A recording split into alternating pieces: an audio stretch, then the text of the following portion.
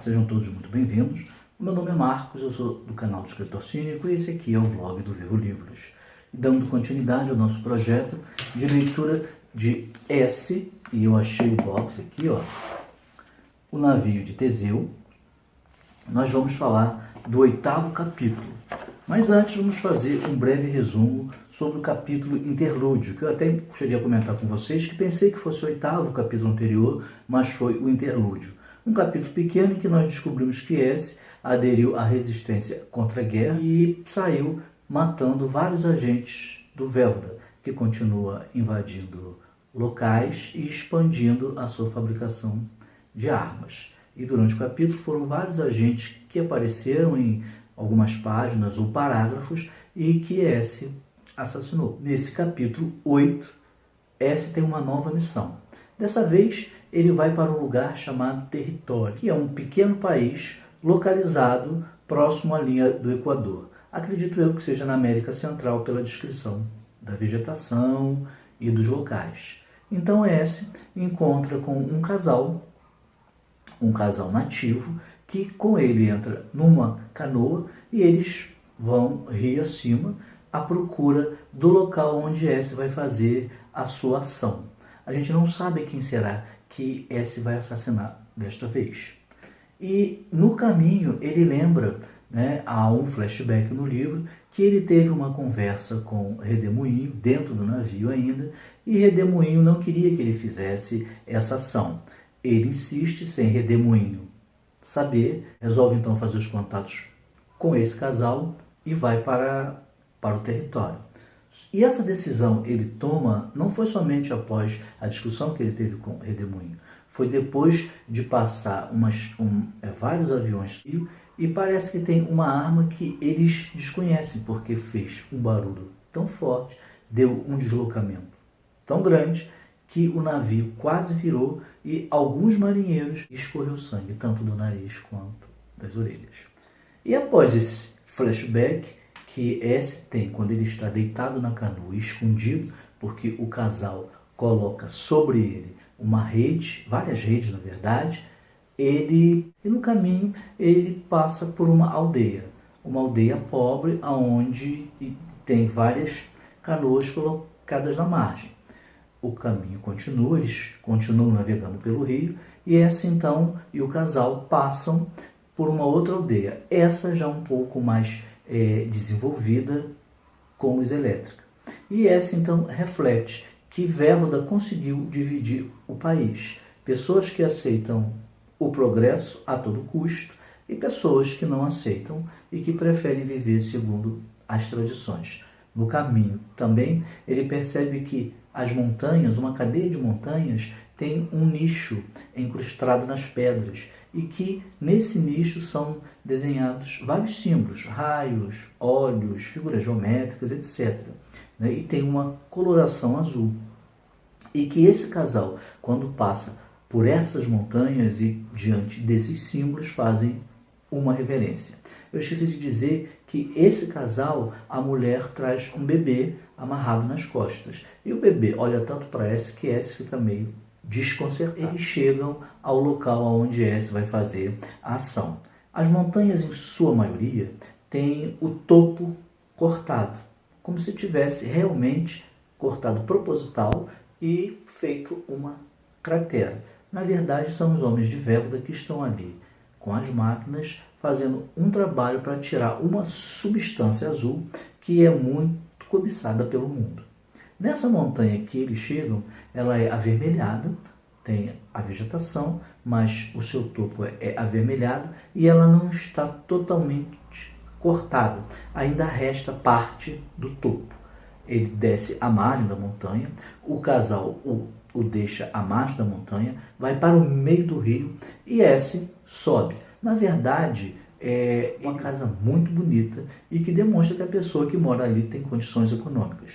E a pessoa que mora ali é o governador, que é responsável pelas ações que a empresa de Vélvoda toma e que está terminando com o minério do país e economicamente exaurindo as suas riquezas. S vai até lá, avista um senhor que já tinham dado para ele a foto, na verdade uma máscara em cerâmica feita pelos nativos de como é o governador. Ele fica ali escondido olhando, presta atenção nos guardas que tem, né? Na verdade é só um guarda, e quando o governador surge, ele mira, né? O dardo pega no pescoço e ele consegue furtivamente, porque o governador estava próximo a ele e estava escondido nas folhagens, ele consegue puxar o governador. Quando ele puxa e olha, ele reconhece, o governador nada mais é do que o Pfeiffer, aquele que ele deixou no caminho, na caverna, no capítulo 4, né, em que ele fugiu juntamente com a Corbeau e o Pfeiffer ficou, e ele ouviu os tiros achando que ele tinha sido assassinado. Na verdade, ele não foi assassinado, se vendeu à Vévoda e administra parte das empresas e está ali tirando a riqueza do país.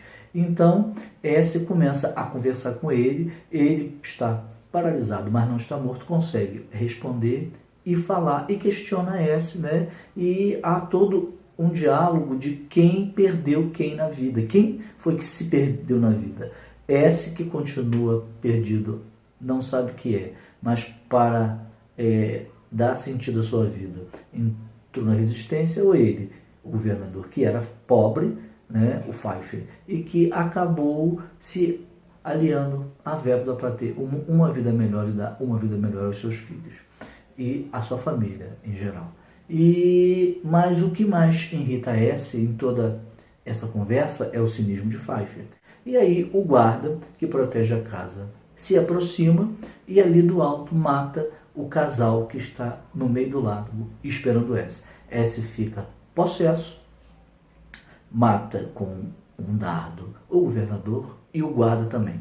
Desce a montanha correndo, consegue chegar até o meio do rio, entra na canoa e começa a remar com aquele casal morto. Mas ele não consegue encontrar o bebê, ele não sabe o que foi que aconteceu com o bebê.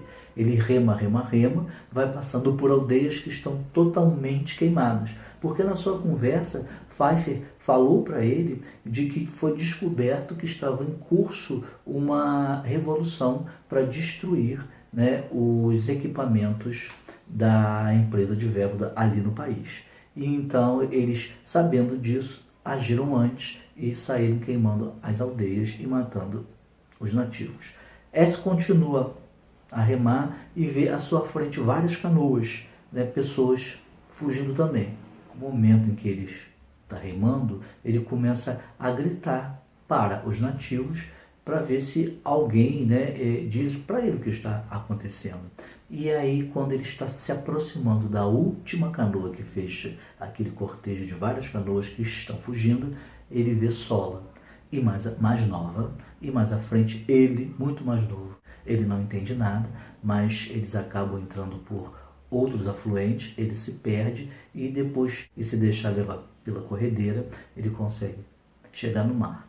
Aí ele se recupera, volta a remar e o que ele encontra?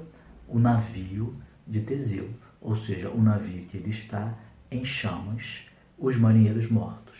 Inclusive Redemoinho também está boiando entre as chamas, morto. E aí termina o capítulo 8. Bom, Jean e Eric têm a sua primeira discussão. Só que essa discussão acontece nas margens do livro O Navio de Teseu, o que é bastante engraçado.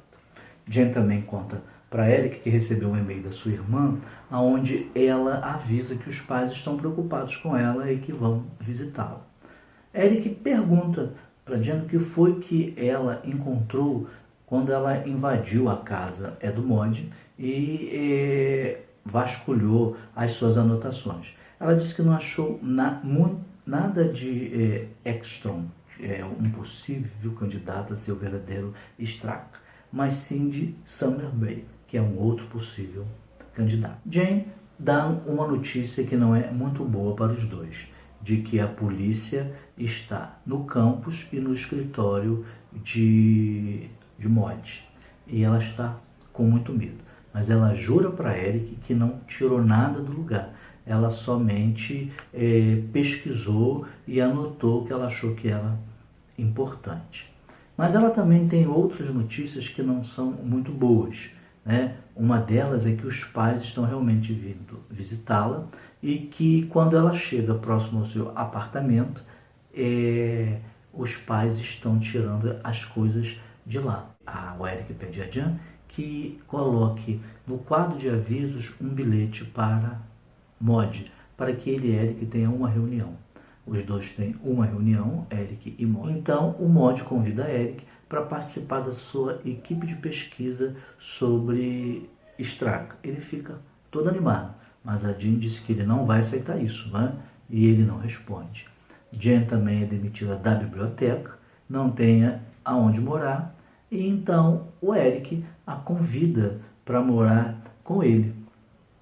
E ela, obviamente, aceita. Então foi isso o que aconteceu na história que se desenvolve às margens do livro. E dentro das páginas tem esse cartão de Jean Bernard Desjardins.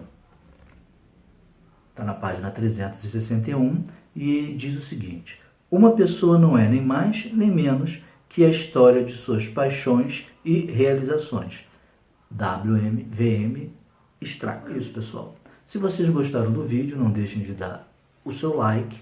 Se não são inscritos no canal, se inscreva. Compartilhem esse vídeo. Digam o que vocês estão achando do livro. E na próxima semana eu volto com o 9º e penúltimo capítulo de S, o Navio de Teseu.